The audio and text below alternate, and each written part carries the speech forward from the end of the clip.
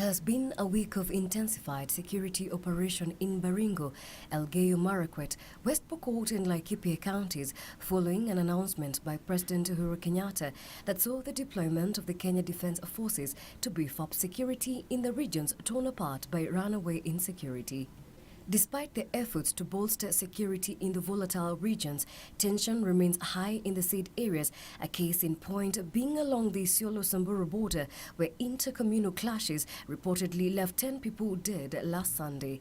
Local leaders in the affected areas have been accused of fanning the mayhem.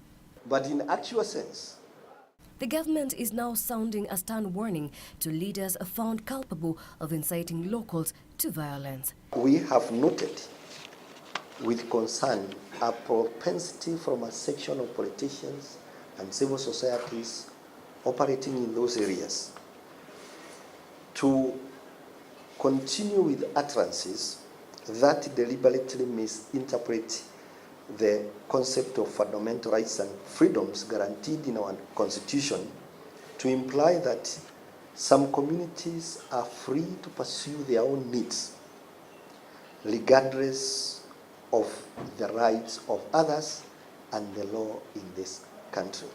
Everyone shall be subject to such limitations as determined by law solely for the purpose of securing due recognition and respect for the human rights of others and meeting of the just requirement of morality, public order, and the general welfare in a democratic society.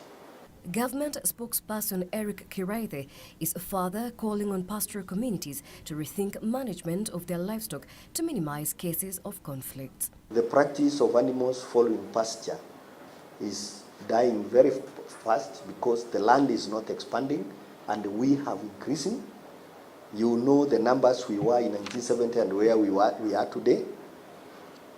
And therefore people have taken pasture to the animals, not taking animals to the pasture.